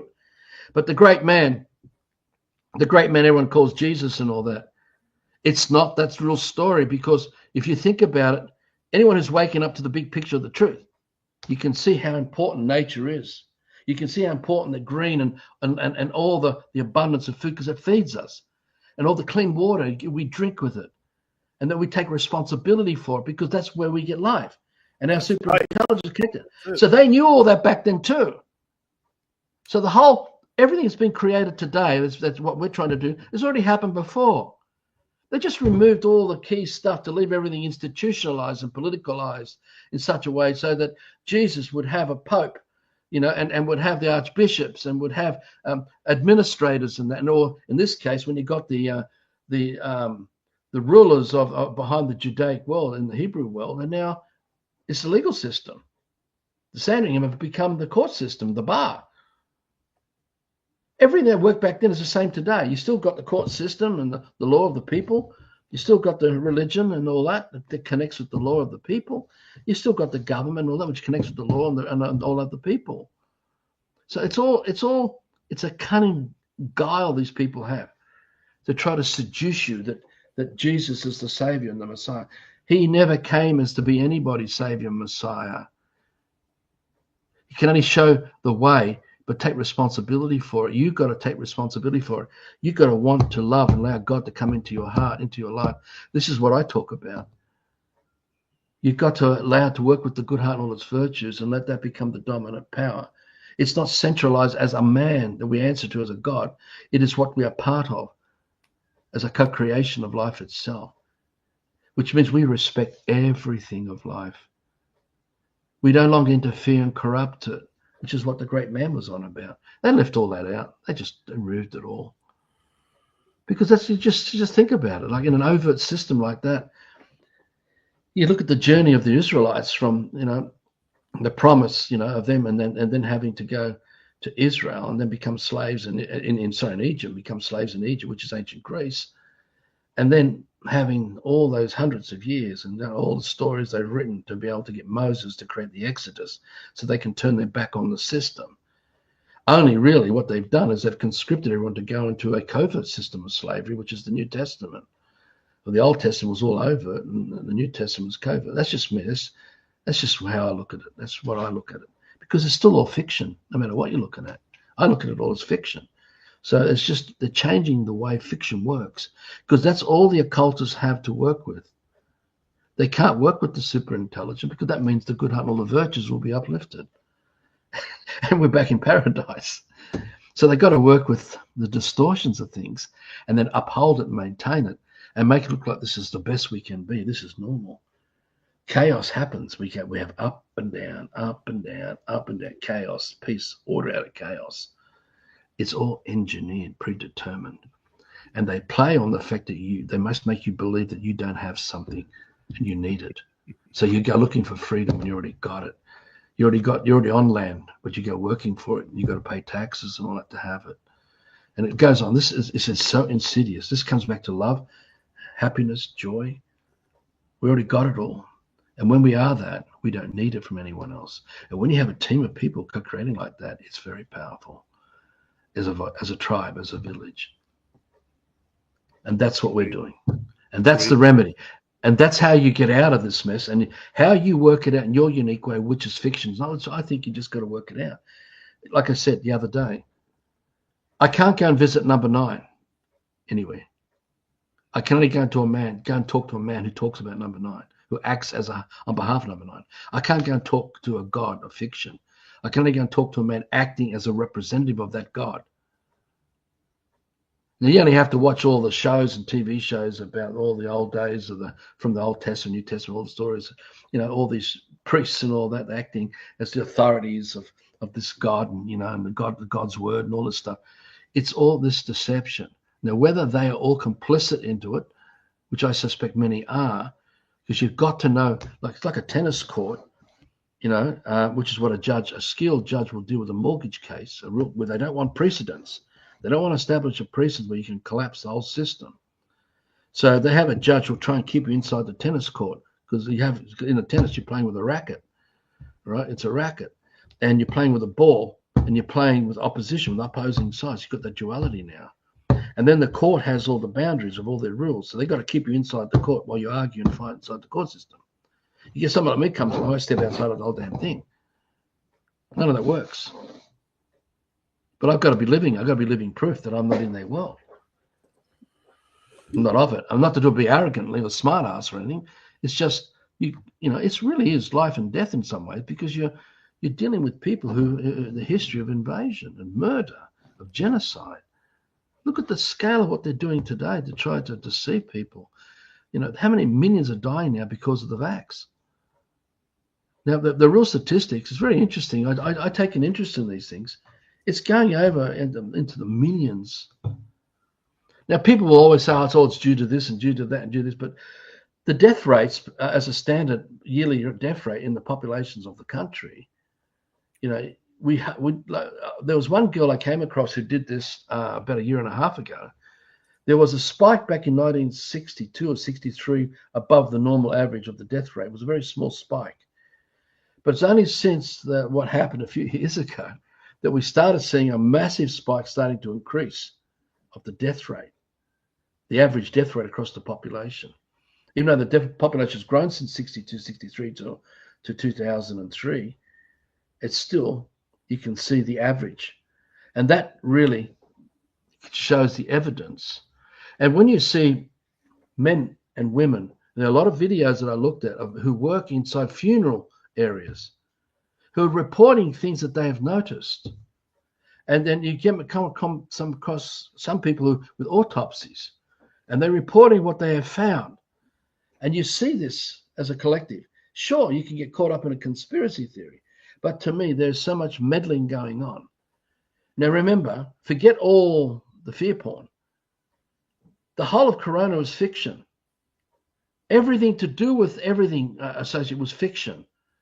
You can't go and talk to Corona or COVID-19 or whatever it is, 19, in nature and access the scripts. Nothing. You have to be exposed to that matrix well, where all that information is that we talked about earlier in this video, and tap into that constructed well, where you know all the constructs and concept that forms the idea of a needle and vaccination and all the things that come with it, that's rooted in science and all the other stuff that goes into politics and media. You follow that. So I can't go to nature and have that happen for me. So that tells me the truth, how big a lie it is. That's just enough. And people say, oh, but we need it. Oh, really? How much distortion are we living amongst? How much pollution? We've got over 101,000 chemicals and toxins and poisons coming and going in our lives right now through the air we breathe, the water we drink, on the land we stand on.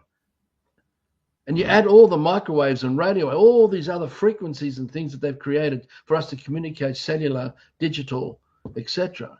They're all going out of our bodies. All that's going to be is all unnatural, it's distorted. And you look at all the food that's grown from a distance, where the people who are growing it don't have you in their dreams. Or your children, they don't know you. You are a stranger to them. And they are mostly going to be under pressure. There's two types of them. And they're going to be having to work hard to make enough produce. And they've got to, again, get it refrigerated. They're going to have to spray it and chemicalize because they need to sell it at market to get a good dividend for their work they've done, so they can get on with their farm life and do all what they do with their families and others and that. And then you've got the big corporates who know the truth about all of this stuff, who manipulate and control the food supply system with all its chemicals and poisons and stuff that they do to it. And, then you end up with what we call the Woolworths, the fresh food people here.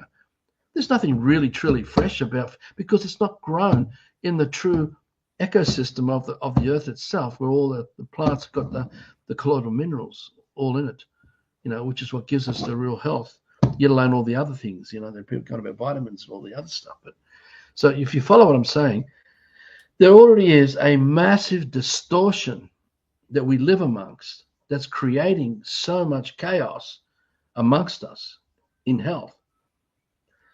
To have to ignore all that because someone says that Corona was needed, we needed to have the vax. You've got to know how to show the bigger picture. Now, this evidence is incontrovertible. It's unarguable. We don't need to absorb unnatural things, and put them in plastic bottles that leach, and whatever we do. And we are a civilization coming to the end with an extinction label on top. It's happening now. We're living in it now. We're going to witness this before our eyes, those of us who do make it. And the only way we can make it is we've got to follow the intuition, the gut instinct of the big picture of the Creator. It's not a voice in our head. And we will know where we need to go and be where we need to be and do what we've got to do to avoid it coming upon us. So, like the story of in the Old Testament that where God was going to kill the firstborn of every child as part of the actions to free the Israelites through Moses, and let them set them free to go back to their promised land. And then overnight, all the firstborn were killed, except for those who painted blood over the entrances to protect them. This is in the story, right? So that's no different to them introducing vast vaccination campaigns because they want to knock out all those young ones coming through that could become a threat to them because they'll speak out against them. And why they're knocking out all those people who had influence over public thinking since the 60s. All those who may not be fully awake, but they got a conscience and they will speak from the conscience from anything that becomes apparent to them. Most of these people have been gotten rid of through the music industry, the film industry, because what you have today is mostly their own puppets. Most of their own puppets. And that comes down to the podcast and everything else. You're not going to, like I mentioned the other day, I'd be interested to see if Joe Rogan ever had the time to want to talk to someone like us, Fiona and I, live. With that audience. Would they like us to have to socially manage that? I don't think they will. Now, I can talk differently with someone like him. I don't have to do it the way I'm doing it with you. I can go with a different approach. But what I'm saying is that the remedy is pretty simple. You just got to truly follow your heart and listen to it. We've all got it. We've never been deprived of it. We may be so good at being distracted from it, even if we've grown to be over 60 years of age, we can still connect with that and listen to that intuitive sensory experience and go with that so that we can transition as this whole civilization collapses, because it cannot sustain it. It's something that does not exist, that's imagined to be propped up. How long can you keep it up? Exactly. You can't.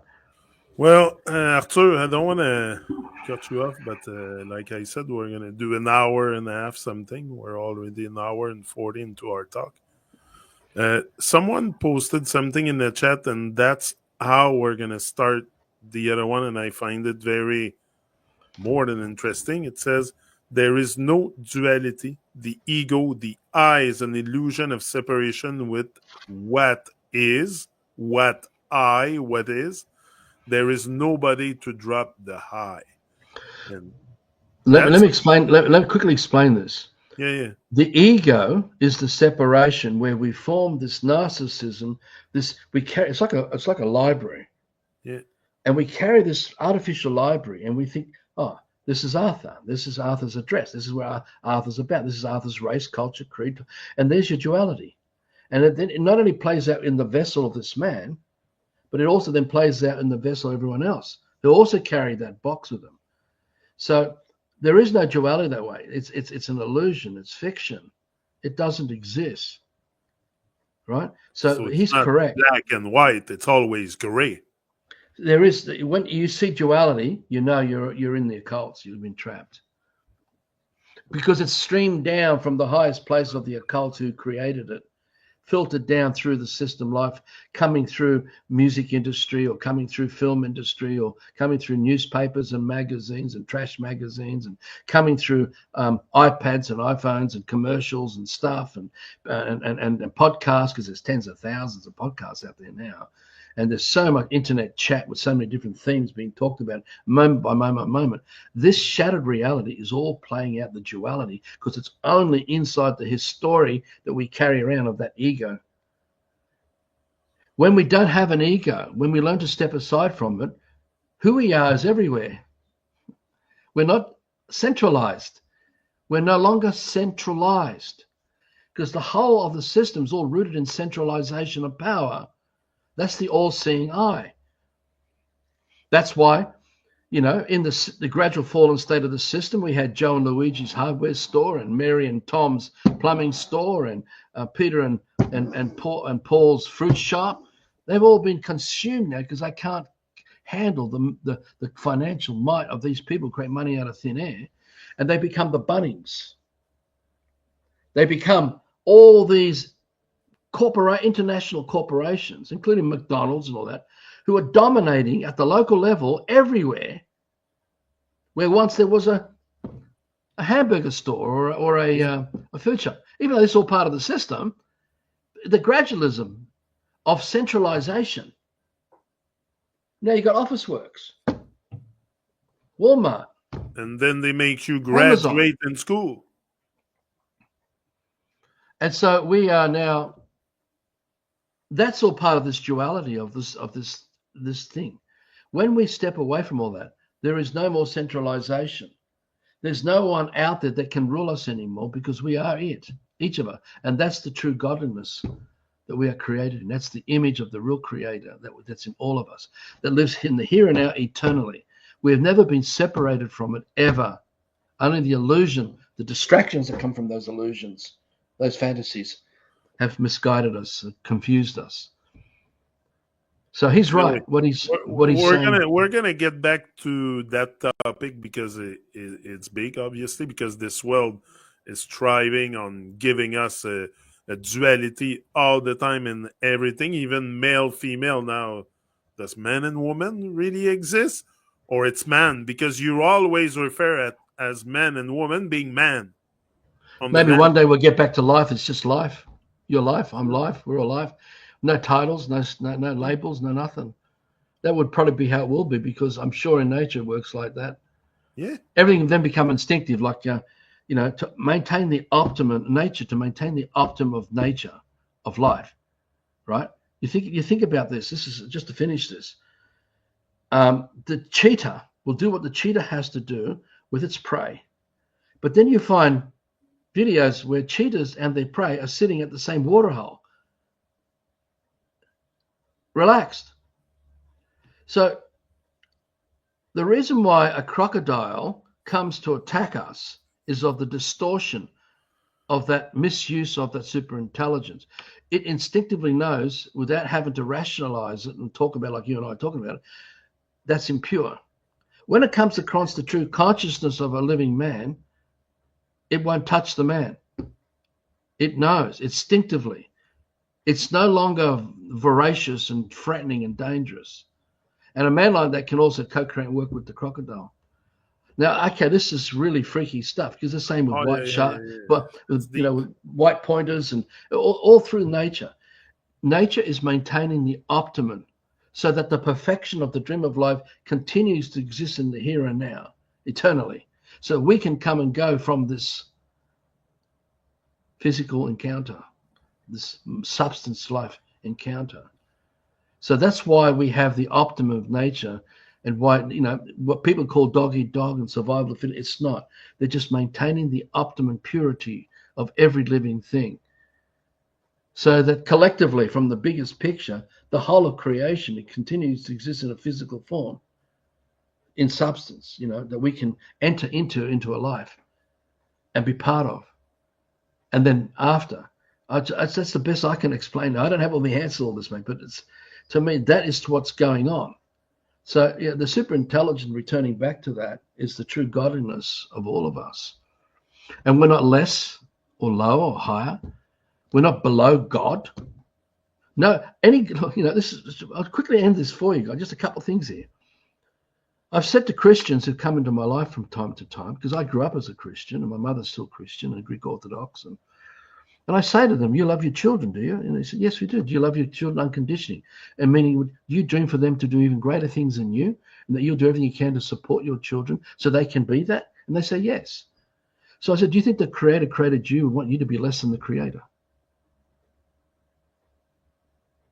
Now you think about this. Anything that comes from the truth would never want to keep you down and less. It would embrace you and empower you to rise up even to greater than the Creator.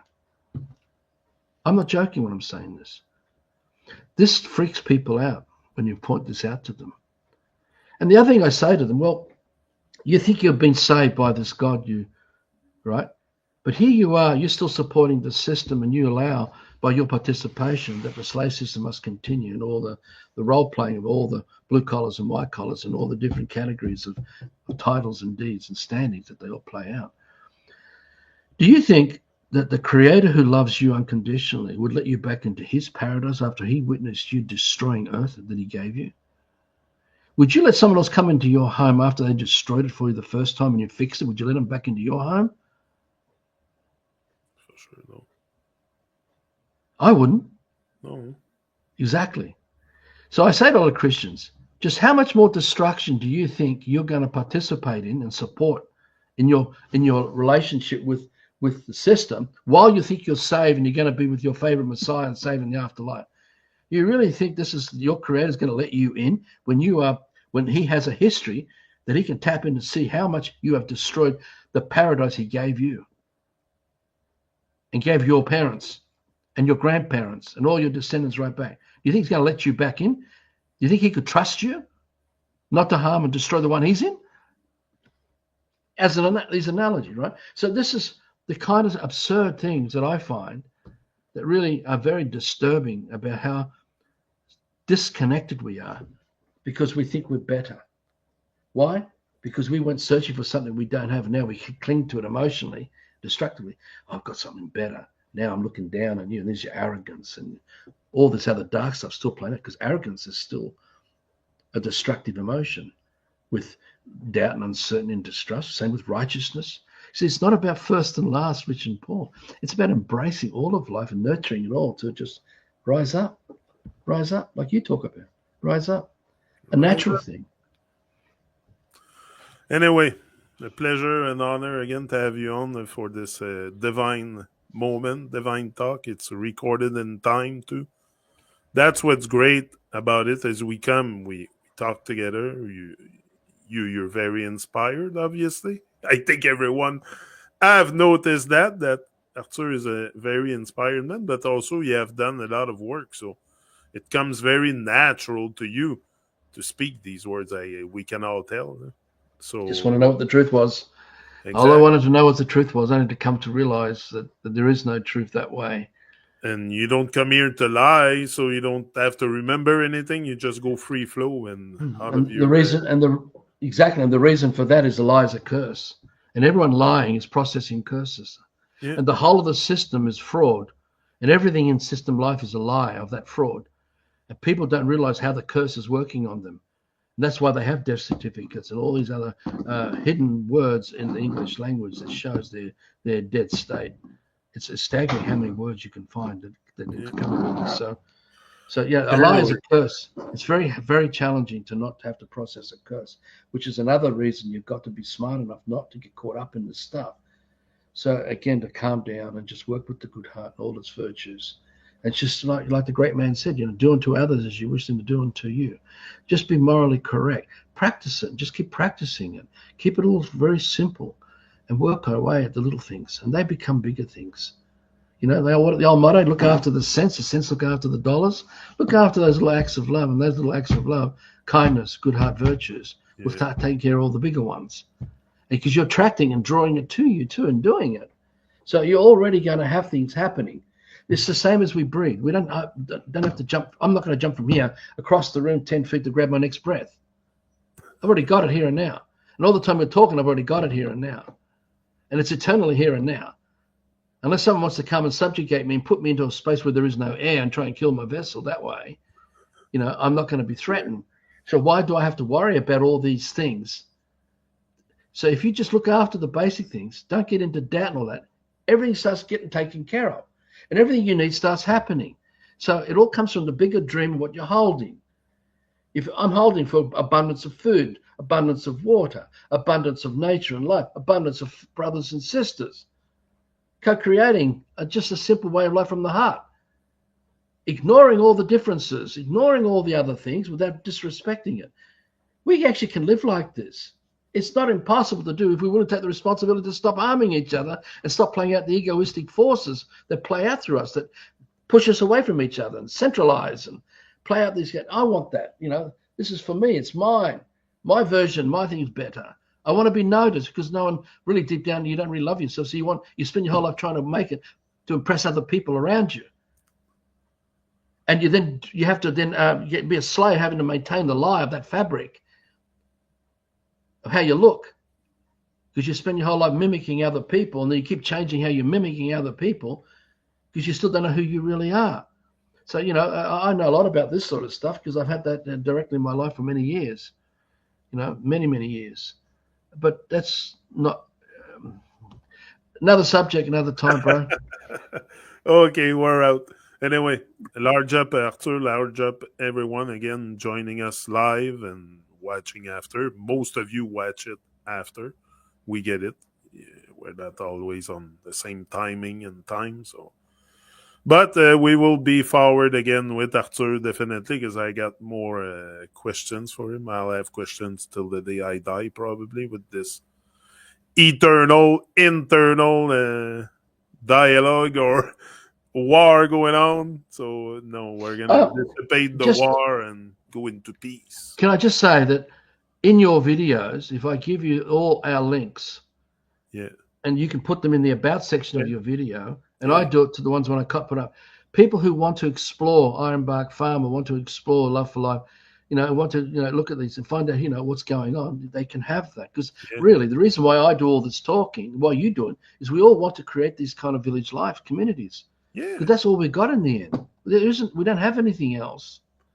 That's another topic I want to hear you on is self sufficiency. because Yeah. there is this idea of being self-sufficient, but I think it's a bit some kind of an illusion again, because you're not yourself here on earth. You're not by yourself. You cannot produce everything your body needs or your house or your farm needs. So self-sufficiency is maybe in community. I if see we it. strip if we strip back to nature and we're Adam and Eve, we don't need all the system. We don't Right. need everything. But to get back to that, that's a challenge. Well, that's where we're going to have to arrive at, and we've got to leave a precedence for the children to come through and carry on that, and maybe we come as some of those children, and carry on this thing, and to bring back this purity that where everything's so damn simple. It's really interesting, Zarnik. Just I know we've got to say goodbye quickly. Is that when we wake up, we are no longer having to go through the fiction of searching out into the wider world by traveling everywhere all the time, or having to do things all the time with wherever to make us feel like that we're growing. When you're on a village community life, living what we're talking about, it is so empowering that the bigger picture is so huge that we can actually expand our consciousness. We actually can shift our consciousness anywhere, as if we're traveling without having to use fiction to travel, to observe and learn elsewhere, if we needed that as a dream. We have that already. The occultists use this against us. They do this very thing. That's Anyway, why you see an airplane on the first page of my channel, because I'm traveling. I'm a traveler, but I don't travel in a airplane. But it's a way for me to say, "Hey, I'm the world traveler," but I travel inside of that. So yeah, you're not that's traveling in an airplane anyway, full stop. You're not going anywhere. no Just exactly. because you're in an airplane, the airplane looks like it's moving from land to land. You haven't moved. I'm still. I'm like a You dog. think Very you got to stoic. think about it. Maybe we'll talk about that another That's time. it. Okay, Take we're out. End all the stream right now, and that's it. We'll see you guys again in bye the near. bye everyone. See ya. We're Bye, out. Janik.